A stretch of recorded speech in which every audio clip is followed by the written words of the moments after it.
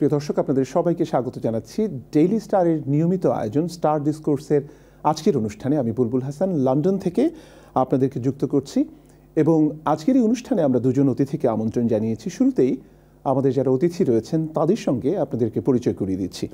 আমাদের সঙ্গে রয়েছেন জাতীয় পার্টির প্রেসিডিয়াম সদস্য জনাব ATU তাজ রহমান, তিনি আমাদের সঙ্গে যুক্ত হয়েছেন বাংলাদেশ থেকে। জনাব তাজ রহমান, আপনাকে স্বাগত জানাচ্ছি আমাদের স্টার ডিসকোর্সের আজকের আয়োজনে। আমরা আরও আমন্ত্রণ জানিয়েছি এনসিপির যুগ্ম আহ্বায়ক এবং আন্তর্জাতিক বিষয়ক সম্পাদক জনাব সুলতান মোহাম্মদ জাকারিয়া, তিনিও বাংলাদেশ থেকে আমাদের সঙ্গে যুক্ত হয়েছেন। জাকারিয়া, আপনাকেও স্বাগত জানাচ্ছি আমাদের স্টার ডিসকোর্সের আজকের আয়োজনে। ধন্যবাদ আমাকে ডাকার জন্য। ধন্যবাদ। প্রিয় দর্শক, আমরা আজকের এই অনুষ্ঠানে কথা বলছি জাতীয় নির্বাচন নিয়ে। কেন এত প্রশ্ন, কেন এত শঙ্কা, কেন এত আস্থাহীনতা, সেটি নিয়ে। আপনারা হয়তো জানেন যে জাতির উদ্দেশ্যে দেওয়া ভাষণে প্রধান উপদেষ্টা তিনি ঘোষণা করেছেন যে গণভোট এবং জাতীয় নির্বাচন একই দিনে অনুষ্ঠিত হবে।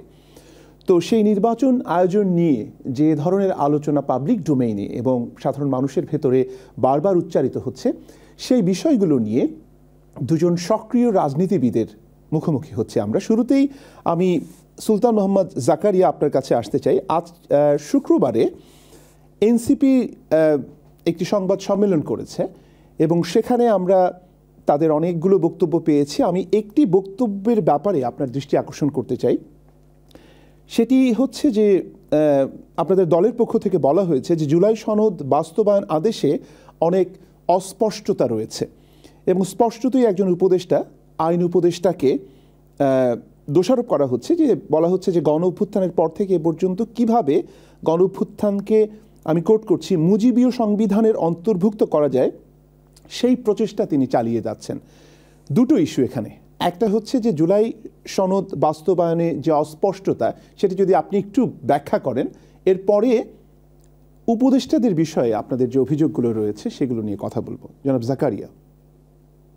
ধন্যবাদ।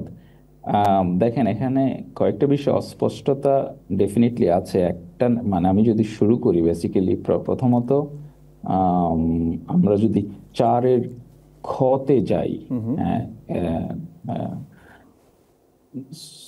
সরি 4-এর ক, মানে আমাদের যে গণভোটের প্রশ্নটা, প্রশ্নে তো একটা প্রশ্ন দেওয়া হয়েছে, প্লাস বলা হয়েছে যে সংবিধান সংস্কার সম্পর্কিত নিম্নলিখিত প্রস্তাব সমূহের প্রতি আপনার সম্মতি জ্ঞাপন করিতেছেন। তো ওখানে 4টা অপশন দেওয়া আছে। একটা অপশন হচ্ছে নির্বাচনকালীন তত্ত্বাবধায়ক সরকার, নির্বাচন কমিশন এবং অন্যান্য সাংবিধানিক প্রতিষ্ঠান জুলাই সনদে বর্ণিত প্রক্রিয়ার আলোকে গঠন করা হইবে। এখন আমরা এটাকে যেভাবে বুঝি, যে জুলাই সনদে সরকার একটা মানে প্রত্যেকের সাথে আলোচনা করে, সকল পক্ষের সাথে আলোচনা করে একটা সনদ তৈরি করেছেন এবং অনেকেই স্বাক্ষর করেছেন, বেশিরভাগ রাজনৈতিক দল। আবার সেখানে কিছু নোট অফ ডিসেন্ট আছে।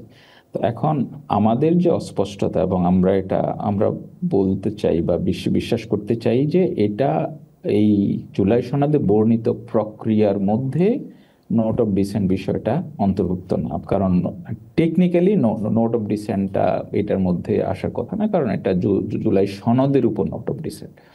সো যার ফলে এখানে একটু অস্পষ্টতা আমাদের কাছে প্রতীয়মান হচ্ছে, যে এটা নিয়ে হয়তো অনেকে ফাউল প্লে করতে পারেন। যদিও আমরা মনে করি যে এটা বোঝানো হয়েছে যে জুলাই সনদের প্রক্রিয়াটা not with note of dissent. এইটা একটা বিষয়। রাইট। আরেকটি বিষয় একটু আপনার দৃষ্টি আকর্ষণ করতে চাই, সেটা হচ্ছে যে জাতীয় নাগরিক পার্টির মুখ্য সমন্বয়ক নাসিরউদ্দিন পাটোয়ারি, তিনি শুক্রবারের যে সংবাদ সম্মেলন সেখানেই বলেছেন যে জুলাই সনদের আইনি ভিত্তির যে প্রক্রিয়া নির্ধারণ করেছে সরকার, তাতে দরদ দেখালেও কোনো দায় দেখায়নি। তার মতে এই প্রক্রিয়ায় বিএনপি ও জামায়াতকে খুশি করার চেষ্টা হলেও জনগণের পাতে কিছু পড়েনি। আমি তাকেই কোট করলাম। এখন এই যে বিএনপি এবং জামায়াতের ব্যাপারে যে এক ধরনের পক্ষপাতের অভিযোগ বা ইঙ্গিত আপনারা করছেন, এটি কি বলার জন্যই বলছেন, নাকি আপনারা আসলেই মনে করেন যে তত্ত্বাবধায়ক অন্তর্বর্তী সরকার তারা নিরপেক্ষ নয়? আমি ওইভাবে বলতে চাই না। আমাদের নাসিরউদ্দিন পাটোয়ারি হয়তো একভাবে বলেছেন। আমি বিশ্বাস করতে চাই যে সরকার সকল পক্ষের যে কনসার্নগুলো নিয়ে একটা ভারসাম্যপূর্ণ অবস্থান নেয়ার চেষ্টা করেছেন। আমার ব্যক্তিগতভাবে আমি এটাকে রিড করবো এভাবে, এখন সকল পক্ষকে আপনি যখন সন্তুষ্ট করতে যাবেন তখন মানে কি বলে রিগার অফ দ্য ডকুমেন্ট, এখানে হয়তো কিছু কিছু ক্ষেত্রে আমরা যেটা বলছি কিছু কিছু ক্ষেত্রে সেটার কম্প্রোমাইজ করার একটা পরিস্থিতি তৈরি হয়েছে। তো ওইটাই মূলত আপত্তি। আমি বিশ্বাস করি না যে সরকারের যারা সংশ্লিষ্ট আছেন তারা কোনো একটা পক্ষে খুব বেশি হেলে যেতে চেয়েছেন, একটা ভারসাম্য বজায় রাখতে চেয়েছেন তারা। রাইট, আসবো আপনার কাছে জনাব জাকারিয়া। আমি একটু তাজ রহমান আপনার কাছে আসতে চাই। প্রথম কথা হচ্ছে যে এই যে ঐক্যমত্য কমিশন থেকে শুরু করে এই পুরো প্রক্রিয়ায় জাতীয় পার্টির যে পজিশনিং বা তাদেরকে কতটুকু অন্তর্ভুক্ত করা হবে বা হবে না, এই প্রশ্নে আপনাদের মধ্যে এক ধরনের অসন্তোষ রয়েছে। মানে আপনাদেরকে তো আপনারা বলছেন যে আপনাদেরকে এক ধরনের এক্সক্লুড করা হয়েছে। আমি সেই ইনক্লুশন বা এক্সক্লুশনে যাবার আগে আপনার কাছে একটু জানতে চাই যে এই যে একটা রাজনৈতিক প্রক্রিয়া থেকে এক্সক্লুড করার যে প্রক্রিয়া শুরু হয়েছিল আওয়ামী লীগের সময়, বা তারও হয়তো আগেও হয়েছে, কিন্তু 16 বছরে যে এই যে এক্সক্লুশনের যে ব্যাপারটা, সেই সময়টা থেকে আপনারা ভোকাল ছিলেন বা আপনারা নিজেরা আপনাদের যে অবস্থান, রাজনৈতিক অবস্থান, তাতে করে আপনারা মনে করছেন না যে এই মুহূর্তে যেটি হচ্ছে সেটি একটি ধারাবাহিকতা মাত্র? ধন্যবাদ আপনাকে এবং আমার সহ আলোচককে, যারা প্রোগ্রাম দেখছেন সবাইকে সালাম শুভেচ্ছা। ভাই, প্রথমে বলি, আপনি এটা এখন শুরু হয় না, আগেও ছিল। আপনার আওয়ামী লীগের সময় কিন্তু আমরা বারবার বলেছি যে এটা হচ্ছে না, বৃহত্তর রাজনৈতিক সংগঠন দলগুলোকে বাদ দিয়ে কোনো ইনক্লুসিভ পলিটিক্স হয় না। রাজনীতিতে গণতন্ত্রে আপনি সংযোজন করা, বিযোজন হয় না, এগুলা বাদ দিয়ে আওয়ামী লীগ করেছিল। আমাদের কর্ণপাত করে নাই, আমাদের কথায় কর্ণপাত করে নাই। অন রেকর্ড যদি বলি একটা এক্সাম্পল, যখন আন্দোলন শুরু হলো তখন 19 জুলাই আওয়ামী লীগ 14 দলকে নিয়ে মিটিং করে জামাতকে নিষিদ্ধ করলো। তখন ওই নিষিদ্ধের বিরুদ্ধে জাতীয় পার্টি অফিসিয়াল স্টেটমেন্ট দিয়েছিলেন। জেএম কাদের বলেছিলেন কোন দলকে এক্সিকিউটিভ অর্ডারে নিষিদ্ধ করার পক্ষে জাতীয় পার্টি না। উনি সৈয়দপুর এয়ারপোর্ট পরের দিন নেমে গিয়ে বলেছিলেন যে আমরা এক্সিকিউটিভ অর্ডারে কোনো রাজনৈতিক দল নিষিদ্ধ না, আইনি প্রক্রিয়ায় আদালতের মাধ্যমে নিষিদ্ধ করতে হবে। আমরা এই প্রক্রিয়ায় কোনো উপায়কারী এই পক্ষে আমরা নয়। সুতরাং আমরা তখনও আওয়াজ তুলেছিলাম। কিন্তু সেটা তো একটা, জনাব তাজ রহমান, সেটা তো একটা উদাহরণ। কিন্তু বাংলাদেশে বেশ কয়েকটা নির্বাচন হলো আওয়ামী লীগের সময়, তার বেশ কয়েকটি নির্বাচনে আপনারা অংশগ্রহণও করেছেন, প্রায় সবকটিতেই বোধহয় অংশগ্রহণ করেছেন আমি যদি ভুল করে না থাকি। তো আপনারা নির্বাচনে অংশ নিয়েছেন, সংসদে গিয়েছেন, মোটামুটি তাদেরকে তো এক ধরনের লেজিটিমেসি দিয়েছেন। তাদের যে নির্বাচন ব্যবস্থা ধ্বংস করার যে অভিযোগ আওয়ামী লীগের বিরুদ্ধে রয়েছে, আপনারা সেই দায় কতটুকু নেবেন? জাতীয় পার্টির জন্মলগ্ন থেকে সবকটা নির্বাচনে অংশগ্রহণ করেছি, শুধু আমরা 12 ফেব্রুয়ারি নির্বাচনে অংশগ্রহণ করিনি। আমরা 14 নির্বাচনে গিয়েছি। নৈতিকভাবে সেই নির্বাচন নিয়ে আপনারা প্রশ্ন করতে পারেন, নো ডাউট অ্যাবাউট ইট, কিন্তু আইনগতভাবে এটা কোনো ফৌজদারি অপরাধ নয় বা আমরা অপরাধ করিও নাই। বিএনপি যে নির্বাচনে যায় নাই, বাকিরা যায় নাই, তারা কোনো ফৌজদারি অপরাধ করে নাই। 18 নির্বাচনে ডক্টর কামালের নেতৃত্বে কিন্তু সবাই গিয়েছেন। 14 নির্বাচনের পরে বিএনপি সমস্ত স্থানীয় নির্বাচনে অংশগ্রহণ করেছিল এবং 5টি মেয়র তারা জিতেছিল, আমার ইনক্লুডিং মাই সিলেট মেয়র আরিফুল হক চৌধুরী, আপনি নিজে জানেন, মেয়র নির্বাচনে জিতেছিলেন। 18 নির্বাচনে ডক্টর কামালের নেতৃত্বে যখন সবাই অংশগ্রহণ করলো, জামাত তখন তাদের প্রতীক নাই, দানে শীষ নিয়ে গেল, বিএনপি দাঁড়ালো, আমরা গেলাম, সবাই গেল। তখন আওয়ামী লীগ সেই নির্বাচনটাকে যখন আপনার প্রশ্নবিদ্ধ করলো, তখন তো সবাই কথা বলেছে। বিএনপি সেই সংসদে অংশগ্রহণ করে 4 বছর সেই সংসদে ছিল, as of you know that 1 বছর আগে পদত্যাগ। বিএনপির কাছে করব, কিন্তু জাতীয় পার্টি কেন? আমি আপনাকে রেফারেন্স দিয়ে বলছি, জাতীয় পার্টি সেই 18 নির্বাচনে ছিল। 24 নির্বাচনে জাতীয় পার্টি নির্বাচনে অংশগ্রহণ করে আর 28 দলের সাথে, সেখানে বৃহত্তর স্টেক হোল্ডার গুলো যায় না, যেটা আমাদের দল যাবে না। 14তে গান পয়েন্টে এরশাদ সাহেবকে হসপিটালে নিয়ে সিএমএইচে নেওয়া হয়েছিল। 24 আমাদের অফিস কর্ডন করে, সকাল থেকে 9টা থেকে 5টা পর্যন্ত অফিসটা কর্ডন করে আমাদেরকে নির্বাচনে নিয়ে যাওয়া হয়েছে। একটা কথা স্বীকার করতে হয়, আমাদের দলে কিছু নেতারা আছে সুবিধাভোগী, যারা কখনো বিএনপির পক্ষে, কখনো আওয়ামী লীগের পক্ষে, কখনো এমপি মন্ত্রী হওয়ার জন্য এই দলটাকে মাঝে মধ্যে আমাদের মতো নেতা যারা দীর্ঘদিন কর্মী, যারা এই দলে আছি, দল করে যাচ্ছি, কিন্তু আমরা চাই যে নির্বাচন সুষ্ঠু হোক, সবার অংশগ্রহণে হোক। এই কিছু নেতাদের জন্য দলটা মাঝে মাঝে বিব্রতকর পরিস্থিতির মধ্যে পড়ে, সেটা অস্বীকারের কোনো সুযোগ নেই, আমি স্বীকার করি। কিন্তু গণতন্ত্রের স্বার্থে এখন যেটা হচ্ছে, শেখ হাসিনা যেটা করে গেছে, তাকে নামানো হয়েছে তার ফেসিবাদের জন্য। এখন কি আমরা সেই ফেসিবাদ আবার করব? আমরা সেই দিকেই তো যাচ্ছি। আপনি inclusive politics, free fair election কি করে করবেন? বৃহত্তর একটা জনগোষ্ঠীকে যদি নির্বাচনের বাইরে রাখেন, সেই নির্বাচনে অংশগ্রহণ করতে দেন না সেই দল এবং সেই দলের ফলোয়ার, সেই দলের কর্মী এবং সেই দলের অনেক মানুষ সেই দলগুলোর পিছনে সমর্থন করে, রাজপথে থাকে না কিন্তু সমর্থন করে, আপনি তাদেরকে বাদ দিয়ে ফেলছেন, রাখছেন না। এই এই এই দাওয়াতে বলেন আর এই ইনক্লুসিভ ঐক্য কমিশনকে অনৈক্য কমিশন বলেন, তাহলে আগামী দিন নির্বাচন যদি হয়, সেই নির্বাচন দেশের 50-50 দুইটা পার্টিশন হয়ে গেল। একটা গ্রুপ বাইরে থাকবে আর একটা গ্রুপ নির্বাচনে অংশগ্রহণ করবে। একদিন এই নির্বাচন নিয়ে কি 14-র মতো আবার কোনো আলোচনা শুরু হবে না? মানে তাহলে আপনারা নির্বাচনে যাওয়ার ক্ষেত্রে আপনাদের বাধাটা কি? মানে জাতীয় পার্টি আগামী জাতীয় নির্বাচনে অংশ নেওয়ার ক্ষেত্রে কি এরকম কোনো এমবার্গো দেওয়া হয়েছে? আমরা কোনো প্রোগ্রাম করতে পারছি না, সরকারের কোনো ইনভাইটেশনে আমরা যাচ্ছি না। সরকার আমাদের সাথে আলোচনা করছে কিভাবে নির্বাচন কি হচ্ছে কি না, গণভোট করবে। গণভোট তো আইনত হবে না। এই সরকারটা হলো কিছু সাংবিধানিক, কিছু হাইব্রিড, কিছু ইচ্ছে মতো, কিছু নিজে আইন তৈরি করা, কিছু 106 এর মধ্যে চলছে। এখন এই সবকিছুর মধ্যখানে আপনি আবার গণভোটের জন্য ওনাদের মধ্যে এখন যুদ্ধ চলছে। যারা এই ঐক্য কমিশনে আলোচনা করেছেন, ঐক্য কমিশনে কয়েকটা রাজনৈতিক দল ছাড়া বাকি অনেকটা রাজনৈতিক দল আছে যাদের প্রথম ব্যক্তি ছাড়া দ্বিতীয় কোনো ব্যক্তিকে চেনা হয়।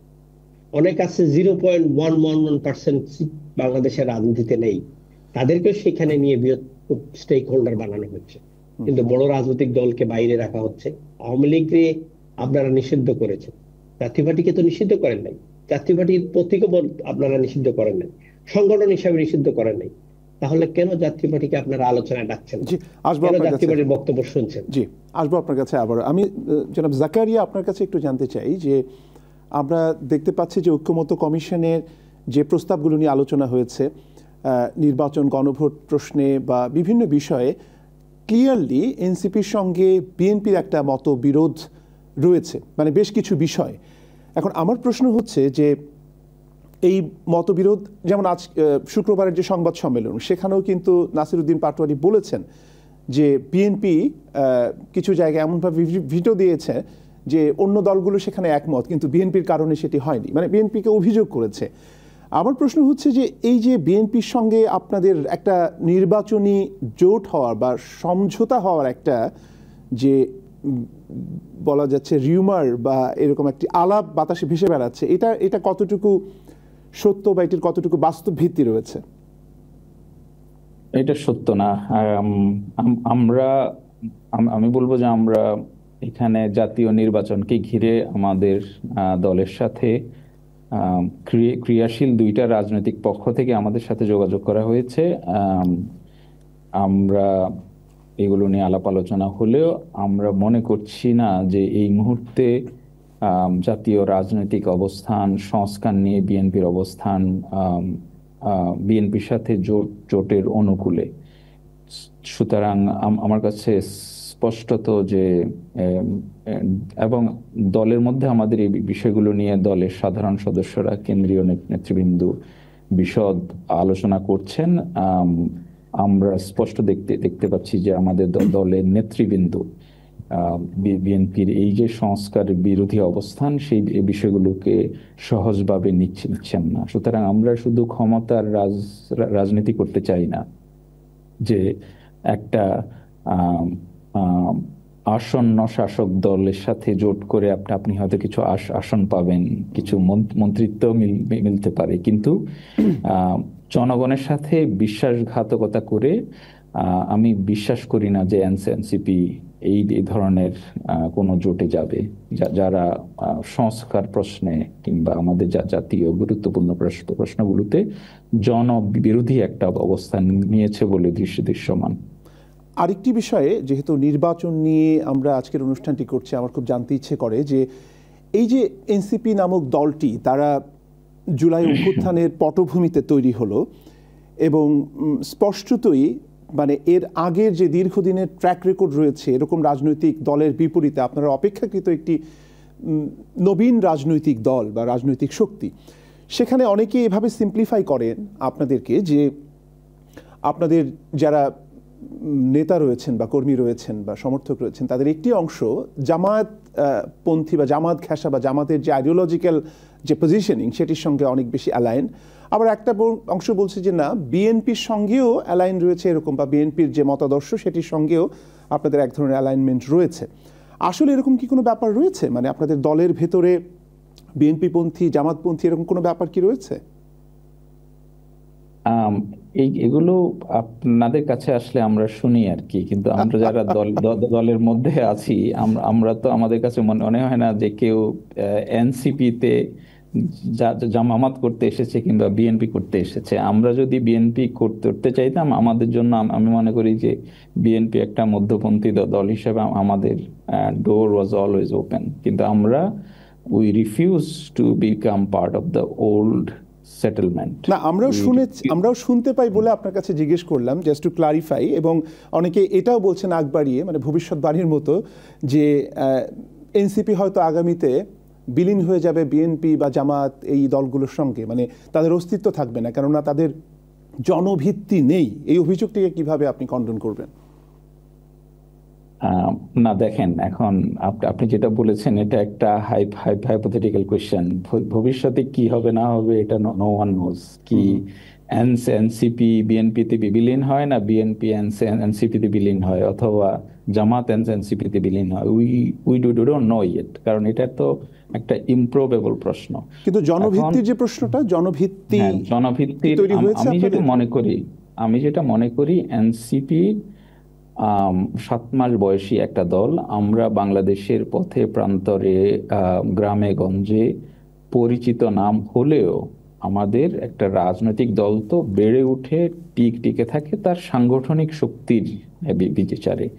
আমরা যদি গ্রামে গঞ্জে, জেলা উপজেলা ইউনিয়ন ওয়ার্ড পর্যায়ে আমরা যদি আমাদের সংগঠনটাকে নিয়ে যেতে পারি, সেই ক্ষেত্রে আমরা টিকবো। আর যদি আমরা ব্যর্থ হই, আমরা টিকবো না। এখন একটা বড় প্রশ্ন, that you and I all have to remember that এনসিপির সাথে অন্যান্য ইমার্জিং পার্টিগুলোর বা তৃতীয় ধারা যারা করতে চেয়েছে গত 50 ইয়ার্সে, অন্য দলগুলোর একটা বড় তফাৎ হচ্ছে দ্য কোয়েশ্চেন অফ লেজিটিমেসি।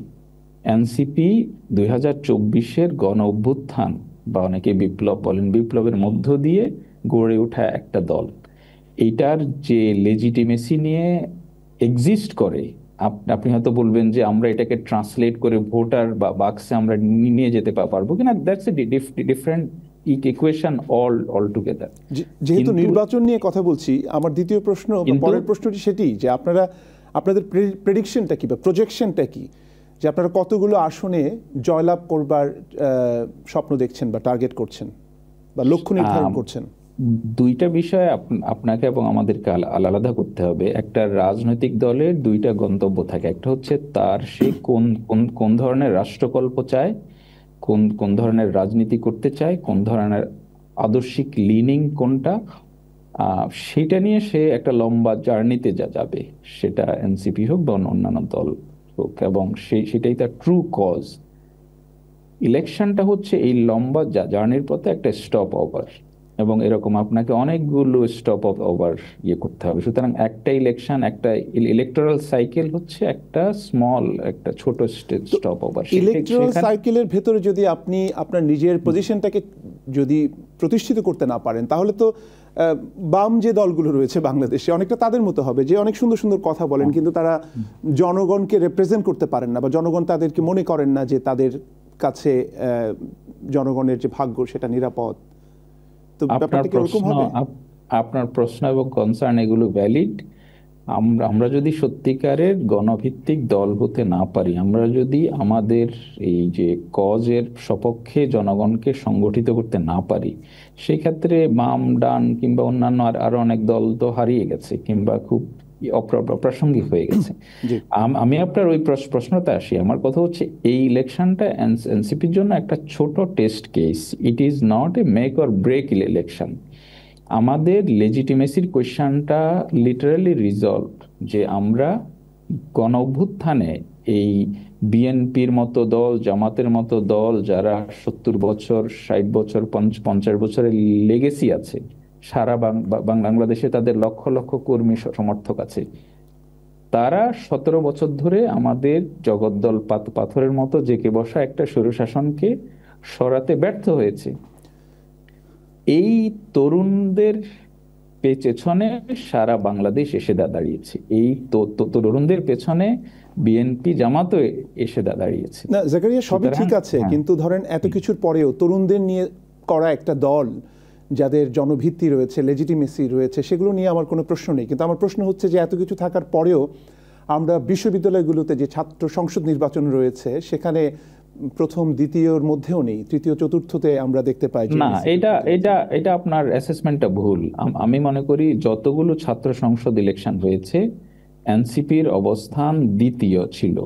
হ্যাঁ, এবং ক্যাটাগরিক্যালি বলছি আমি, আপনি যদি ঢাকা বিশ্ববিদ্যালয়ের যে ডাকসু ইলেকশনটাকে if you break it down, সেখানে হল পর্যায়ে অন্তত আমাদের প্রায় 40% প্রতিনিধি এনসিপির।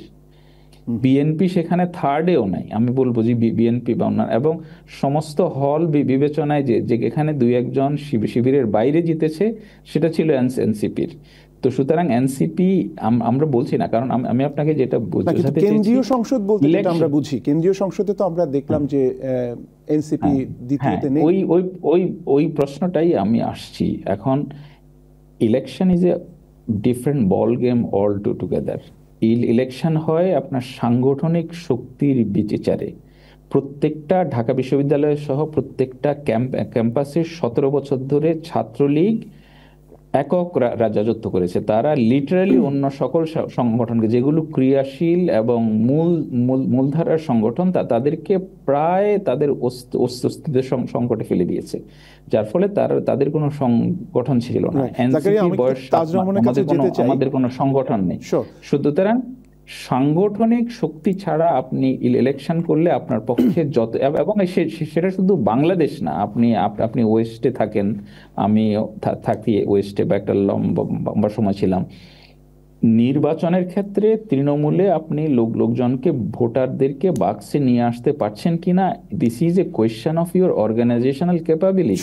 সব ব্যাখ্যাই বুঝলাম, কিন্তু আমি আমার প্রশ্নের জবাব এখনো পাইনি। কতগুলো আসন আপনারা টার্গেট করছেন বিজয়ের প্রশ্নে বা জয়ের প্রশ্নে? নিশ্চয়ই আপনার দল হিসেবে একটা টার্গেট রয়েছে। আমরা এখন পর্যন্ত যদি এককভাবে ইলেকশন করি, আমরা তো সবগুলো আসনেই আমরা প্রার্থী দিব, এবং উই ডোন্ট এক্সপেক্ট যে আমরা এখানে সুইপ করব। কিন্তু আমাদের ইলেকশনকে সামনে রেখে আমাদের জোটের একটা সম্ভাবনা আছে, আমাদের এককভাবে করার সম্ভাবনা আছে। সুতরাং আমরা কয় সিট পাবো কি পাবো না, সেটা ডিপেন্ড করবে আসলে ইলেকশনের আগে আমাদের ফরমেশনটা কোথায় গিয়ে দাঁড়ায়। আমরা কি একা করছি নাকি কোনো ধরনের জোটে গিয়ে আমরা করছি। নিশ্চয়ই আসবো আপনার কাছে।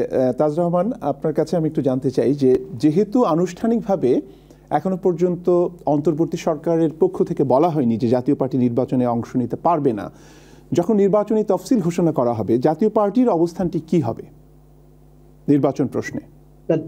দেখেন, এখানে কয়েকটা প্রশ্ন আছে। একটা হলো, জাতীয় পার্টি তখন কোনো কার্যক্রম করতে পারছে না। যখন এই জাতীয় পার্টি কোনো আউটডোর প্রোগ্রাম করতে চায়, তখন সরকার থেকে বাধা দেওয়া হয়, কিছু ছোট ছোট দল থেকে বাধা দেওয়া হয়। তো আমরা তো পলিটিক্যাল প্ল্যাটফর্মে দাঁড়াতে পারছি না, আমাদেরকে কাইন্ড অফ অবস্ট্রাকল দেওয়া হচ্ছে। আমাদের পার্টি অফিসে প্রোগ্রাম করলেই পুলিশ বাধা দিয়েছে, সেদিন গ্রেনেড সাউন্ড পর্যন্ত মেরেছে। বাইরে প্রোগ্রামে যাওয়া হলে সেখানেও বাধা দেওয়া হচ্ছে।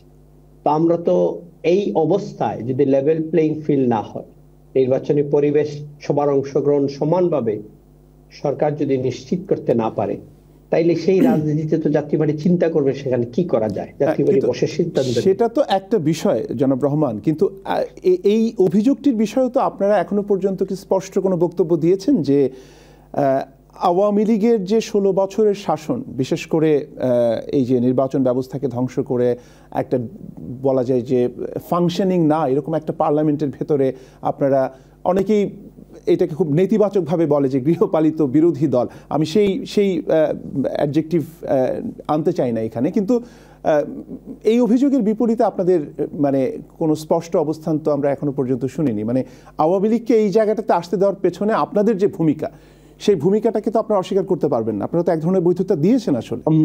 আমরা এই জায়গায় নিয়ে আসি নাই, আওয়ামী লীগ এই জায়গায় আসছে।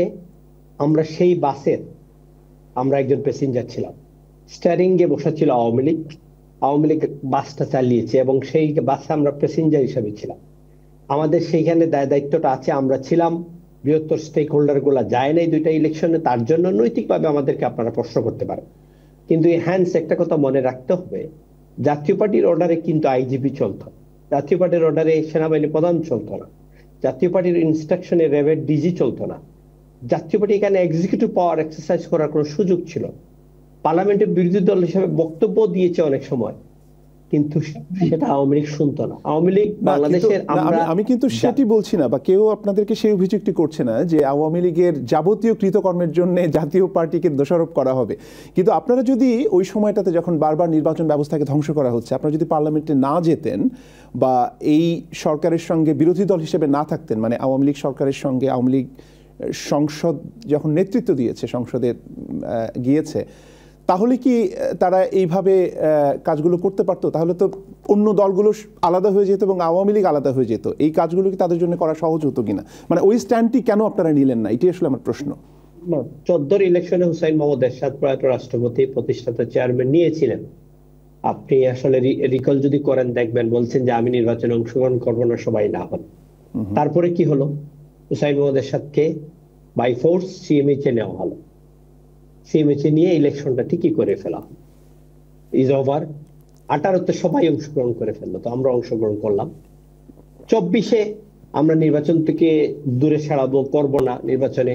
সেই নির্বাচন থেকে যখন আমরা উইথড্রয়াল প্রসেস ফাইনাল স্টেজে, ওই দিন উইথড্রয়ালের দিন সকাল থেকে RAB, police, BGB, DGFI, NSI সমস্ত সংস্থাগুলা জাতীয় পার্টি চেয়ারম্যানের বনানী কার্যালয়ে এসে কোঅর্ডিনেট করে বন্ধ করে রেখে তারা ঠিকই ইলেকশনে নিয়ে গেল। এটা আমাদের একটু ব্যর্থতা। আমরা মনে করি আমরা সবসময় এই ফরম্যাটটা কিন্তু 18তে বিএনপিও করেছিল, বিএনপিও তো সেটা থেকে বাইরে আসতে পারে নাই আওয়ামী লীগের সেই নির্বাচন থেকে। এখন আওয়ামী লীগ যদি একটু স্পেস দিত, সেই স্পেসটা যদি দেওয়া হতো, ভাই আওয়ামী লীগ যদি স্পেসটা দিত বিএনপিকে, জামাতকে, বাকি রাজনৈতিক দলগুলাকে, তা আজকে এই অবস্থা বাংলাদেশে হতো না। বাংলাদেশ তো এখন যে অবস্থা যাচ্ছে, আপনার আরেকটা ডিভিশনে, আরেকটা ডিভাইড, আরেকটা আগামী দিনের জন্য প্রবলেম তৈরি হচ্ছে। আগামীতে আওয়ামী লীগ যখন ভবিষ্যতে যখন থাকবে না, নির্বাচনী প্রক্রিয়ার বাইরে যাবে, তখন নির্বাচনটা হবে আরেকটা একটা সংগ্রাম, আরেকটা অস্থিতিশীল, আরেকটা হবে মানুষের অনুপস্থিতি, আরেকটা হবে আপনার সংসদে কম ভোটারের অনুপস্থিতি সংসদ। এই ঝামেলাগুলা কিন্তু তৈরি আওয়ামী লীগ করে গিয়েছিল, এখন একই দ্বারায় চলছে। আওয়ামী লীগকে আমাদের দূষরের যে শিলটা মেরে দিয়ে জাতীয় পার্টিকে আপনারা বাইরে রাখছেন। আমাদেরকে এই অবস্থা চলতে থাকলে তো আমরা ইভেন্চুয়ালি আর ইলেকশনে যাওয়ার জন্য হয়তো আমাদের কোনো অবস্থান থাকবে না দলে। নির্বাচন করতে হলে আপনাকে সময় নিতে হয়, প্রোগ্রাম করতে হয়, এলাকায় যেতে হয়, সেই সুযোগটা আমাদের নাই। আমরা তো টোটাল রিং এর বাইরে, আমরা তো টোটালি আলোচনার বাইরে, আমরা টোটাল সমস্ত সরকারের সাথে যে যতটুকু চলছে রাজনৈতিক দলের একটা তো আমরা পার্টিসিপেট না। এখন প্রশ্নটা হচ্ছে যে যেহেতু আপনাদেরকে এই পুরো আলোচনা বা এই নির্বাচনী যে প্রক্রিয়া, সেটি থেকে আপনারা মনে করছেন যে এক ধরনের বাইরে রাখা হয়েছে এবং আপনাদের উপরে যে না, মনে করছি না, ইট ইজ এ ফ্যাক্ট। বাংলাদেশের মানুষও জানে, আপনি মিডিয়া জার্নালিস্ট হিসেবে জানেন, রাইট? আমরা তো we are not part of that, right? এখন প্রশ্নটা হচ্ছে যে এই সরকারের, অন্তর্বর্তী সরকারের বিরুদ্ধে যে রাজনৈতিক দলগুলো ভবিষ্যতে মানে আগামী নির্বাচনে সরকার গঠন করবে, এমনকি তাদের মানে কারা করবে সেটা আমি জানি না, কিন্তু সবগুলো রাজনৈতিক দলেরই কোনো না কোনো অভিযোগ রয়েছে। বিএনপি বলেন, জামাত বলেন, এমনকি এনসিপিও দোষারোপ করছেন বিভিন্ন বিষয় নিয়ে। আপনার কি মনে হয় যে এই অভিযোগগুলো করাটা এটা একটা রাজনৈতিক কৌশল, নাকি আসলেই অন্তর্বর্তী সরকারের নিরপেক্ষতা নিয়ে প্রশ্ন রয়েছে? শুনেন, আপনাকে একটা কথা বলি, অভিযুক্ত থাকতে পারে, একটা রাজনৈতিক দলকে ফেরেস্তার মতো দল হওয়ার কোনো সুযোগ নাই। জাতীয় পার্টির ভুল নাই এই শব্দটা আমি বলতে তো পারবো না, ভুল তো আছে, ভুল থাকবে। রাজনীতি যখন করবেন আপনার ভুল হবে, সেটা সংশোধন করতে হবে। ভুলের মাত্রাটা কতটুকু? সে মাত্রা হিসাব করে আপনি একটা পলিটিক্যাল পার্টিকে তার অ্যাসেসমেন্টে নিয়ে যান। জাতীয় পার্টিকে আপনারা তো ব্যান করেন না, জাতীয় পার্টিকে ব্যান না করে এই দলটাকে আপনারা রাজনীতির অঙ্গনে এখন বাইরে রাখছেন, আবার সময় সুযোগ পরে ডাক দিবেন ইলেকশনে গিয়ে ইলেকশনটাতে লেজিটিমেসি করার জন্য। সেটা হয়তো বা এত বোকামি জাতীয় পার্টির পক্ষ থেকে করা হবে না, অনেক বোকামি জাতীয় পার্টি করেছে, আর করবে কিনা সন্দেহ আছে। আপনি আওয়ামী লীগকে এক্সিকিউটিভ অর্ডারে বন্ধ করে নির্বাচন থেকে বাইরে রাখবেন। আওয়ামী লীগ যে সমর্থন যারা করে, যারা মিছিল মিটিং করে না, চার জেনারেশনটা আওয়ামী লীগ করে আসছে, তারা তো বুথ সেন্টারে যাবে না। জাতীয় পার্টির আপনারা রাখবেন, জাতীয় পার্টি যদি সেই বুথ থেকে দূরে সরে থাকে, জাতীয় পার্টির সাপোর্টার যারা আছে তারা যাবে না। যে 28টি দল, যারা সালাউদ্দিন সাহেব বলেছেন যে সবাইকে যে ব্যান করবেন, 24-এ 28টা দল, রাজনৈতিক দল অংশগ্রহণ করেছে, আপনারা সেই 28টা দলকেও নিয়ে আসতে হবে এই ব্যান্ডিং এ। তাহলে বাংলাদেশের পুরা 50%-এর উপর 50-50 হয়ে গেল যে আপনারা সহযোগী আরেক সহযোগীদের নিব না ইলেকশনে, বাকিরা সবাই ইলেকশন করবো। তাইলে সেই ইলেকশনটা অন্তর্বর্তীকালীন সরকারের নিরপেক্ষতা নিয়ে তো প্রশ্ন উঠে যাবে। এই অন্তর্বর্তীকালীন সরকার তাহলে তো ফ্রি ফেয়ার এবং লেভেল প্লেইং ফিল্ড, যেটা সবার জন্য সমান, সেটা তো হচ্ছে না। সেই নির্বাচন কি করতে পারবে এইভাবে? বাংলাদেশে কি একটা ভালো সুষ্ঠু নির্বাচন হবে? আমার কিছু কমেন্টস আছে এই বিষয়গুলোতে। নিশ্চয়ই জাকারিয়া। আচ্ছা, আমি এখানে উইথ অল ডিউ রেসপেক্ট, বাংলাদেশের, আমি বলি যে বাংলাদেশের কয়েক হাজার বছরের, মানে আমাদের রেকর্ডেড হিস্ট্রিতে 71 সালের যুদ্ধ ছাড়া কোনো সরকার 3 সপ্তাহের ব্যবধানে এত লোক মারে নাই। 30,000-এর মতো লোক গুলি খেয়েছে, 400-র মতো লোক আহত হয়েছে। একটা ব্রুটাল, মানে নৃশংস একটা স্বৈর শাসককে উৎখাতের পরে, মানে রক্তাক্তভাবে জনগণ রাজপথে অশেষ রক্ত দিয়ে উৎখাতের পরে, we have now the audacity to talk about যে to bring them in the election. না, উনি আওয়ামী লীগের কথা বলছেন না, উনি ওনার নিজের দলের কথা বলছেন। ওনার দল তো হত্যা করেনি, ওনার দল ফ্যাসিলিটেট করেছে এটা। বাংলাদেশের সকল দল বয়কট করলো না এটা। 2014 সালে উনি বলছেন যে এরশাদ সাহেবকে জোর করে এটা করেছে, ওটা করেছে। আমরা তো এটা দেখেছি। 2154টা আসনে যে বিনা প্রতিদ্বন্দ্বিতা হলো, এটা কি বিনা প্রতিদ্বন্দ্বিতা হয়েছে? প্রত্যেকটা আসনে স্বতন্ত্র প্রার্থী থেকে শুরু করে, কেন এখানে বিএনপি যদি অংশ না নেয়, আপনি আজকে দেন ইলেকশন, প্রত্যেকটা আসনে 8-10 জন করে থাকবে প্রার্থী। এদেরকে জোর করে ডিজিএফআই দিয়ে, পুলিশ দিয়ে, র্যাব দিয়ে এই লোকগুলোকে করা হয়েছে, বসানো হয়েছে। তো এই যে ফার্সিক্যাল ইলেকশন, এবং সেখানে তাজ ভাইদের দল জাতীয় পার্টি গিয়ে ওখানে লেজিটিমেসি দিল, ওয়ান্স না, টোয়াইস, থ্রাইস। তো এইটার একটা কস্ট আছে না? আপনি আপনার পার্সোনাল লাইফে when you take a wrong decision, you have to face the consequence. এখন জাকারিয়া, আপনার কাছে আমার যেটা বোঝার এবং জানার সেটা হচ্ছে যে তাজ রহমান কিন্তু স্বীকার করেছেন যে রাজনৈতিক ভুল তাদেরও ছিল, বা হয়তো বিষয়গুলোকে ডিফারেন্টলি করা যেত, কিন্তু ওনারা তো আর মানুষ হত্যা করেনি, তাই না? তো সেটা যদি হয়ে থাকে, আপনি যদি সেটা স্বীকার করেন বা বিশ্বাস করেন, তো তাহলে তাদেরকে এক্সক্লুড করার কারণটা কি? মানে আপনি নীতিগতভাবে এটা কি পারেন? মানে একটা ইনক্লুসিভ পলিটিক্যাল প্রসেসের মধ্যে শুধুমাত্র তারা নির্বাচনে অংশ নিয়েছে বা আওয়ামী লীগের সময়ে যখন সংসদে গিয়েছিল সেই অপরাধে তাদেরকে কিভাবে বাদ দিতে পারেন পুরো প্রক্রিয়া থেকে? দেখেন, এখানে আমার মত হয়তো অনেকের সাথে মিলবে না। আমি মনে করি যে জাতীয় পার্টি কিছু হিস্টোরিক মিস্টেক করেছে, like Jamaat did in some point in history. So এই ঐতিহাসিক ভুলের দায় তারা কতটুকু শোধরাবেন, কিভাবে শোধরাবেন, এই ইলেকশন সাইকেল না পরবর্তী election cycle, will have to wait and see. কিন্তু আমি মনে করি যে আপনি যদি কোনো দলকে নিষিদ্ধ না করেন কার্যক্রম বা দলীয়ভাবে, তার দলীয় কার্যক্রম চালানোর অধিকার আছে, সেটা আমার ব্যক্তিগত মত। রাইট, না, that make sense.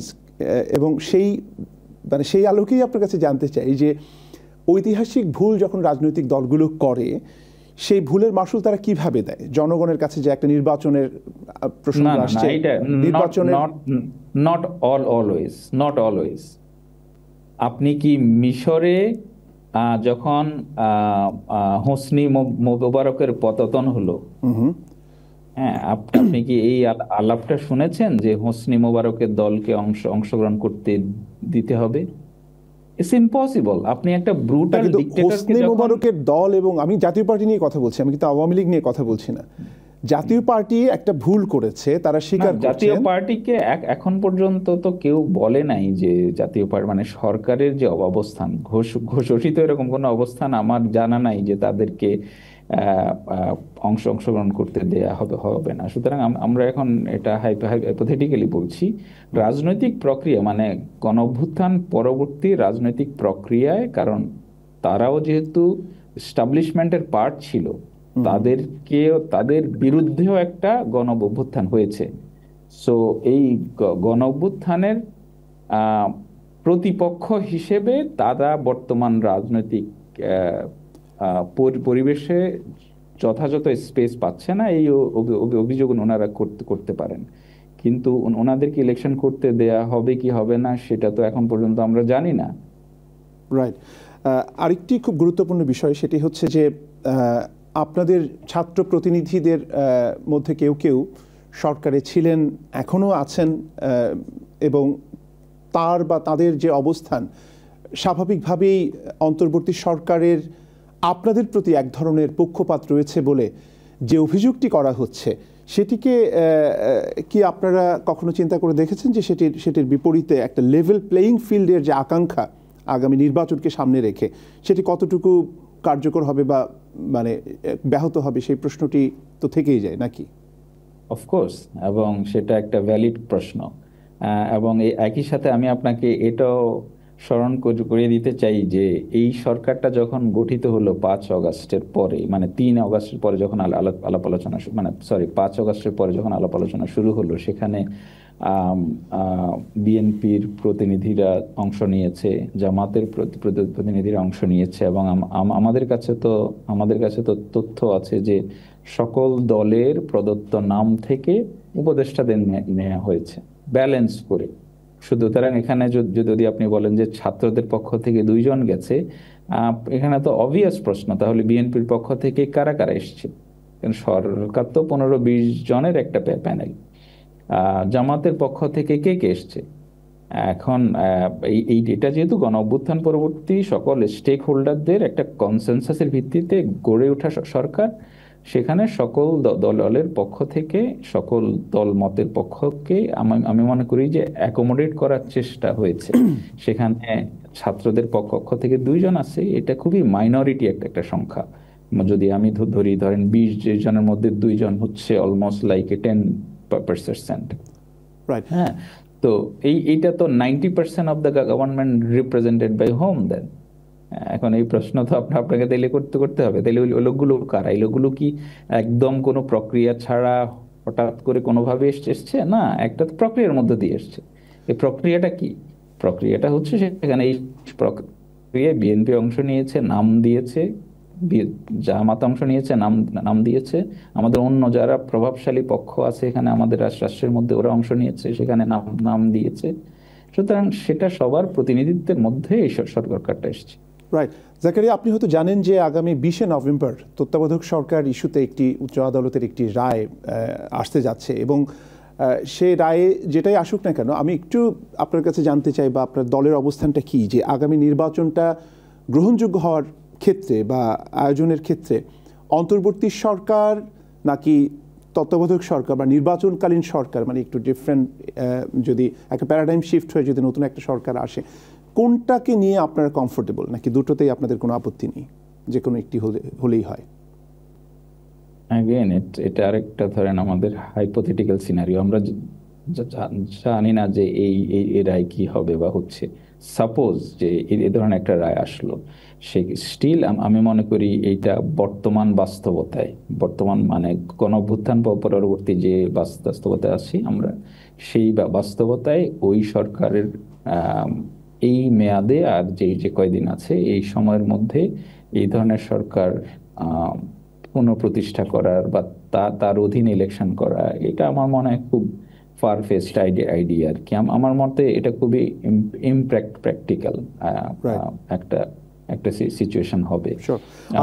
I think যে এটা আইজি মানে আমাদের যে এখনকার যে সরকার, ওরাই আমাদের ইলেকশন এবং আইজির আমাদের যারা বন্ধু বান্ধব আছে সরকারে, ওনারা খুবই সিরিয়াস যে আমাদের একটা গণতান্ত্রিক প্রক্রিয়ায় শুরু হওয়া দরকার খুব দ্রুত, এবং ওনারা টায়ারলেসলি কাজ করছেন। ওনারা বিভিন্ন ভাবেই বলার চেষ্টা করছেন যে এই নির্বাচনটি গ্রহণযোগ্য করবার জন্য সব ধরনের চেষ্টা থাকবে, আমরাও সেটিকে বিশ্বাস করতে চাই। কিন্তু আপনি কি আসলেই বিশ্বাস করেন যে বাংলাদেশে একটা গ্রহণযোগ্য নির্বাচন হবার জন্য যে ধরনের অবকাঠামো দরকার, যে ধরনের নির্বাচন কমিশনের যে সক্ষমতা থাকা দরকার, এবং ওভারঅল আমাদের যে এই যে পলিটিক্যাল সিনারিও যেখানে এক ধরনের ডিভিশন রয়েছে, আমরা ঐক্যমতে আসতে পারছি না, আস্থাহীনতা রয়েছে, সেটির বিপরীতে মানে দ্য হোল পয়েন্ট ইজ যে আপনি কতটুকু আশাবাদী যে একটা গ্রহণযোগ্য নির্বাচন হবে? দেখেন, গ্রহণযোগ্য নির্বাচনের অনেকগুলো পক্ষ আছে এখানে, এবং দুঃখজনকভাবে আমাদের যে এক্সপেরিয়েন্স, এই যে কেয়ারটেকার গভর্নমেন্ট মানে নন পার্টি যেসব গভর্নমেন্টগুলো হয়েছে 91-এর পর থেকে, সেই গভর্নমেন্টগুলোর সময় আমরা দেখেছি যে আমাদের এখানে সশস্ত্র বাহিনীকে একটা আউটসাইজ রোল প্লে করতে হয়েছে টু লেভেল দ্য ফিল্ড। এখানে আমাদের যে সরকারগুলো জোর জবরদস্তি করে যে যা করতে চায়, তো আমি মনে করি যে আগের সেই গ্রহণযোগ্য নির্বাচন মানে আর্গুয়েবলি গ্রহণযোগ্য যেসব ইলেকশন হয়েছে, ওই ইলেকশনগুলোর ধারাবাহিকতা আমি মনে করি আমাদের আইন শৃঙ্খলা বাহিনীর একটা বিশাল রোল থাকবে, যে হাউ টু কি বলে এইটাকে কতটা ইনক্লুসিভ, ফ্রি অ্যান্ড ফেয়ার করা যায়, এবং সেটা যদি ওনারা করতে পারেন আমরা আশাবাদী হতে পারি যে না, এবারেরটাও উইল বি লাইক ধরেন 91, 96 কিংবা একের মতো 2001-এর মতো হবে। ধন্যবাদ। জনাব তাজ রহমান, আপনার কাছে আসতে চাচ্ছি যে মানে এগেইন আমার মনে হয় যে জাতীয় পার্টির মধ্যেও বিভাজন রয়েছে, মানে এক্সিস্টিং যে স্ট্রাকচার, সেখানে আমরা দেখছি যে জাতীয় পার্টির দুটো পক্ষ। এখন জাতীয় পার্টি স্পষ্টতই তার যে শক্তি, সেই শক্তি দ্বিখণ্ডিত হয়েছে। এরকম একটি বাস্তবতায় আপনারা বারবার বলছেন যে অন্তর্বর্তী সরকার নিরপেক্ষ নয়, আপনাদেরকে যে ধরনের মানে আপনাদের সঙ্গে যে ধরনের আচরণ করা হচ্ছে সেটির বিপরীতে ঘুরে দাঁড়ানো, বা আপনারা যে গণতন্ত্রের মানে আপনাদের যে গণতান্ত্রিক যে অ্যাসপিরেশন, সেখানে যাওয়ার ক্ষেত্রে তাহলে আপনাদের নেক্সট কোর্স অফ অ্যাকশন তাহলে কি হবে? রুল ভাই, উইথ ডিউ রেসপেক্ট, আমার ভাই জাকারিয়ার একটা উত্তর দিতে হয় প্লিজ। একটা হলো, উনি বলেছেন আন্দোলন করে ওনারা আওয়ামী লীগ সরকারকে সরিয়েছেন, they are part of the interim government. আমাদের একজন উপদেষ্টা মাহফুজ সাহেব বলেছেন এই সরকার প্রশাসনগুলা আওয়ামী লীগ, জামাত এন্ড এনসিপি এরাই সাজিয়েছে এবং সাজাচ্ছে। অন রেকর্ড উনি প্রেস কনফারেন্সে বলেছেন। আপনি বলেছেন ইলেকশন আওয়ামী লীগ বলেছে মানে কি?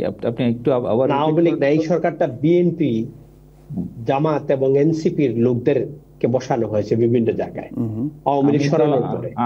আমি তো তাই বললাম, এটা তো মানে এটাই মাহফুজ সাহেব বলেছেন। যদি এখানে বসানো হয় থাকে প্রশাসনে এই তিনটা দলের লোকগুলা, তাহলে সেই নির্বাচন কি করে ফেয়ার হবে সেটা একটা সুন্দর। নাম্বার 2 হলো, চিফ ইলেকশন কমিশনার গত সপ্তাহ বলেছেন বাংলাদেশের 42,000-এর উপরে বুথ সেন্টারের মধ্যে 67% বুথ সেন্টার কিন্তু ঝুঁকিপূর্ণ। নিশ্চয়ই আপনি দেখেছেন বুলবুল ভাই। এই অবস্থা যদি হয়ে থাকে তাহলে আপনি একটা সুন্দর, ফ্রি, ফেয়ার এবং লেভেল প্লেইং ফিল্ডে নির্বাচন করাটা সম্ভব না এই অবস্থায়। জামাতের নায়েবে আমির আজকের প্রেস কনফারেন্সে সেই কথা বলেছেন যে সুষ্ঠু নির্বাচন অন্তর্বর্তীকালীন সরকারের সন্দেহে ঢুকেছে তাদের।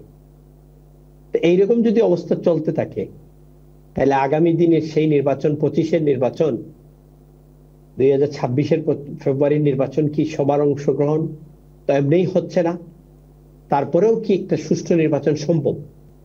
পুলিশ নিষ্ক্রিয়, বাসায় ঢুকে বিচারপতির ছেলেকে কুপিয়ে মারা হচ্ছে, পুলিশের সামনে মারা হচ্ছে, পুলিশকে ধমকানো হচ্ছে, পুলিশকে বলা হচ্ছে পিটানো হবে, পুলিশ বলতেছে মেরে ফেলে। সেই অবস্থা আপনি একটা নির্বাচন করতে পারবেন সুষ্ঠুভাবে? এটা আমাদের জাতীয় পার্টির কিন্তু এটা প্রশ্ন। দ্বিতীয়, আপনি বলেছেন আমাদের রাজনীতি নিয়ে আমরা কি, আমাদের রাজনীতি তো আমরা করে যাচ্ছি, আমরা রাজনীতি করে যাচ্ছি যতটুকু করার। জনগণ আমাদের রাজনীতি গ্রহণ করবে। আমাদের যদি রাজনীতি ভুল হয় থাকে, মানুষ আমাদের জনগণকে আমাদের ভোট দেবে না, ভোটে আমরা প্রত্যাখ্যাত হব। কিন্তু সেই ভোটে যাওয়ার সুযোগ তো আমরা পাচ্ছি না, আমাদেরকে আপনারা সেই সুযোগটা দিচ্ছেন। দেশটাকে দুভাগে বিভক্ত করা হয়ে যাচ্ছে, একটা পার্ট নির্বাচনের দিকে যাচ্ছে, তারা মিলে নির্বাচন করবে। দেখেন, আমাদেরকে যদি আপনি সহযোগী বলেন আওয়ামী লীগের, এখানে তাজ ভাইকে 30 সেকেন্ড একটা রেসপন্স করি। আমারটা শেষ করে দিলি ভাইয়া, পরে আপনি দিয়ে নাইলে আমি একটা লাইন ভুলে যাব।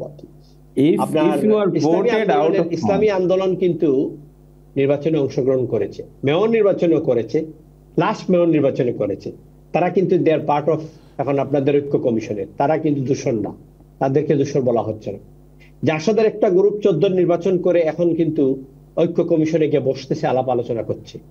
এরা কিন্তু জাসদের, এবং এরা নির্বাচিত এই 14 নির্বাচনে ওরা বিনা ভোটে এমপি পর্যন্ত হয়েছে, সেটা এরা নাই। 18 নির্বাচনে জামাত অংশগ্রহণ করেছে, বিএনপি অংশগ্রহণ করেছে, ডক্টর কামালের নেতৃত্বে বিশাল ঐক্য জোট করে। আমরা যদি সেই সহযোগী হয়ে থাকি, সেখানে থাকি, আমাদের নৈতিকভাবে আমাদেরকে আপনারা বলতে পারেন, জাতি বলতে পারে, আমি নিজেও স্বীকার করছি আমাদের কিছু ভুল তো এখানে আছেই, সেটা ভুল হতেও। কিন্তু আমরা মানুষ তো হত্যা করি নাই, আমরা তো ছাত্রদেরকে মারি নাই, ছাত্রদের পক্ষে ছিলাম। আমাদের ছাত্র সমাজের সভাপতি ছেলেটাকে জেলে নেওয়া হয়েছে, আমাদের মেয়র বাসার থেকে লুকিয়ে রংপুরের অন্য জায়গায় গিয়ে 1 সপ্তাহ ছিল, বিকজ তাকে খোঁজা হয়েছিল অ্যারেস্ট করার জন্য। আমরা পক্ষে ছিলাম ছাত্র আন্দোলনের। আমরা আগে সরকারের সাথে গিয়ে নির্বাচন করেছি, কিন্তু কোনো এক্সিকিউটিভ পাওয়ার এক্সারসাইজ করে আপনার অন্যায় কিছু করি নাই। বিএনপিকে জেলে ঢুকেছে, বিএনপির মির্জা ফখরুলকে গ্রেফতার করেছে, আমরা বিরোধিতা করেছি। অনেকগুলা ভালো কাজে আছে, অনেকগুলো আমাদের খারাপ কাজও আছে, এটা মেনে নিতে হবে। অনেকগুলো হয়তো আমরা জাতি আমাদের এই কাজগুলো পছন্দ করে নাই, তাই বলে আমাদেরকে আপনারা তো এখনো বন্ধ করেন, নিবন্ধন বাতিল করেন নাই, রাজনৈতিক দল নিষিদ্ধ করেন নাই, আমাদের কর্মসূচি করতে দেওয়া হচ্ছে না, আমাদের কোনো জায়গায় দেওয়া হচ্ছে না। তাইলে এটা কি দ্বিচারিত্র হচ্ছে না, যে আপনি আমাকে বন্ধ করছেন না, আমাকে খুলে রাখতেছেন, দেখাচ্ছেন যে আমাকে বন্ধ করেন নাই, কিন্তু আমার রাজনৈতিক গণতান্ত্রিক সাংবিধানিক অধিকারটা আবার এক্সারসাইজ করতে দিচ্ছেন। এটাও তো জাতি জানতে হবে, এটাও তো বুঝতে হবে যে এখানেও একটা মানে ডাবল গেম প্লে করা হচ্ছে। আমাদেরকে দেখানো হচ্ছে ব্যান্ড নাই, কিন্তু অ্যাকচুয়ালি আনঅফিশিয়ালি তো আমাদের রাজনৈতিক কার্যক্রম বন্ধ, সরকারই দিচ্ছে না। রাজনৈতিক ছোট ছোট রাজনৈতিক দল, বিএনপি বলে নাই জাতীয় পার্টিকে আমরা রাজনীতি করতে দিব না, এটা বলে নাই। বিএনপি আমাদেরকে এটা বলে নাই। ছোট্ট কিছু দুই একটা রাজনৈতিক দল, যারা 2-1 জন আছে নেতা, তারা বলেছে। এখন আপনি কোন রাজনৈতিক দলকে যদি নিষিদ্ধ করতে চান, বিচারের মাধ্যমে করেন, অন্যায় যদি করে থাকে যারা করেছে তাদের করেন, কিন্তু সমস্ত রাজনৈতিক দলকে, একটা সংগঠনকে আপনি, একটা রাজনৈতিক একটা সংগঠন, বিশাল বড় সংগঠন, সেই পুরো সংগঠনের মানুষ, সাপোর্টার সবাইকে আপনি যদি রিঙ্গের বাইরে ফেলে দেন, তাহলে তো এই 12,76,00,000 ভোটারের মধ্যে কত কোটি লোক এই নির্বাচনে অংশগ্রহণ করছে। অনুষ্ঠানের একেবারে শেষ পর্যায়ে খুব ব্রিফলি যদি বলেন যে যদি আপনারা নির্বাচনে অংশগ্রহণ না করেন বা অংশগ্রহণ করবার সুযোগ না হয়, সেই ক্ষেত্রে আপনাদের যারা সমর্থক রয়েছেন, জাতীয় পার্টির যারা সমর্থক রয়েছেন, তৃণমূলের সারা বাংলাদেশে যারা রয়েছেন, তারা কোন দিকে ঝুঁকবে? মানে তারা কি ভোট দিতে যাবেন নাকি যাবেন না? গেলে কাকে ভোট দেবেন বলে আপনি মনে করছেন, ধারণা করছেন? দল যদি সিদ্ধান্ত নেয় বসে নির্বাচন করবো না, তাহলে তো তার নেতা কর্মীরা আর ভোট দিতে যাবে না। নেতা কর্মীরা যাবে না, কিন্তু সমর্থকরা কি যাবে না বলে মনে করছেন? সমর্থকরাকে নির্বাচনে যাইতে কি জাতীয় পার্টি বলবে আমি পার্টিসিপেট করবো না? আমি আমার ভাইকে বলবো তুমি যাও। বলার প্রশ্ন না, নির্বাচনটা যদি হয়ে যায়, মানে আপনাদের ভোটটা আমি আপনাকে একটা কথা বলি, মনে রাখেন বুলবুল ভাই, 14 নির্বাচনে কিন্তু বিএনপি, জামাত সহ বাকি রাজনৈতিক দলগুলা যায় নাই, সেই নির্বাচন প্রতিহত করার চেষ্টা করেছে, করে নাই? আপনারা কি সেটি করতে যাচ্ছেন? না, আমরা করে নাই, করছে। আমরা সেই প্রতিহত করবো এটা বলছি না, আমরা বলছি আমরা যদি নির্বাচনে আমাদেরকে যাইতে না দেওয়া হয়, আমরা যদি অবস্টেইন থেকে, নির্বাচন থেকে দূরে সরে থাকি, তাইলে সেখানে তো ভোটার অনুপস্থিতি অটোমেটিকলি কমে আসবে। বিকজ আমি নির্বাচন 18-তে করেছি, পরে আমাকে 21 তারিখ, 30 তারিখ নির্বাচন ছিল, 21 তারিখ বসতে হয়েছে, আমি বসে গেছি। সেই নির্বাচনে আমি যখন ছিলাম না, আমার এজেন্ট থাকবে না, আমি যখন থাকবো না, আমার এজেন্ট লোক নিয়ে আসবেন। আপনি এটা নির্বাচনী একটা প্রক্রিয়া, এটা একটা লিঙ্ক, আপনি জানেন, আমিও জানি, আমার জাকারিয়া ভাই জানে, নির্বাচন একটার সাথে একটা সংযুক্ত, সবার সাথে একটা লিঙ্ক। সেই লিঙ্কে যখন আমি থাকবো না, আমার প্রতিনিধি থাকবে না, আমার কর্মী থাকবে না, আমার এজেন্ট থাকবে না, আমার প্রতীক থাকবে না, আমার সেই নির্বাচনে অনুপস্থিতিটা অটোমেটিকলি আপনার নির্বাচনে একটা নির্বাচন হবে। কিন্তু আমার কাছে মনে হচ্ছে সেই নির্বাচন কি আবার 14 মতো জাতির সামনে আরেকটা নির্বাচন হবে কিনা আমার খুব সন্দেহ লাগছে। অনেক ধন্যবাদ তাজ রহমান এবং সুলতান মোহাম্মদ জাকারিয়া। প্রিয় দর্শক, আমরা অনুষ্ঠানের একেবারে শেষ পর্যায়ে আমরা আগামী নির্বাচন নিয়ে, জাতীয় নির্বাচন নিয়ে যে ধরনের শঙ্কা তৈরি হয়েছে, যে ধরনের সংশয় তৈরি হয়েছে, যে ধরনের আস্থাহীনতা তৈরি হয়েছে, সেটির বিপরীতে দুটো রাজনৈতিক দলের দুজন সক্রিয় নেতাকে আমরা আমন্ত্রণ জানিয়েছিলাম এবং তাদের যে নির্বাচনী ভাবনা সেটি আপনাদের সঙ্গে আমরা মিলিয়ে নেবার চেষ্টা করেছি। আমার ধারণা যে এই আলোচনার ভেতর দিয়ে আপনারা আগামী নির্বাচনটিকে কতটুকু গ্রহণযোগ্য হবে সেই ধারণার একটি ভিত্তি হয়তো পাবেন এবং সেই আশাবাদ ব্যক্ত করি যে আগামী নির্বাচনটি একটি গ্রহণযোগ্য নির্বাচন হবে, অংশগ্রহণমূলক হবে, এই আশাবাদ রেখে আজকের অনুষ্ঠান এখানে শেষ করতে চাই। এবং গণভোটের যে প্রশ্নটি এসছে, গণভোটের এক ধরনের অস্পষ্টতা, এক ধরনের আরও অনেক বেশি ক্লারিটি প্রয়োজন বলে অনেকে মনে করছেন, সেটিও অন্তর্বর্তী সরকারের পক্ষ থেকে যারা এটি পরিচালনা করবেন, নির্বাচন কমিশন, সেই ক্লারিটি বা সেই স্পষ্টতা আরও অনেক বেশি সবার সামনে প্রতিভাত হবে এই আশাবাদ রেখে আজকের মতো এখানে বিদায় নিচ্ছি। যে যেখানে আছেন সুস্থ থাকুন, নিরাপদে থাকুন, ডেইলি স্টারের সঙ্গেই থাকুন।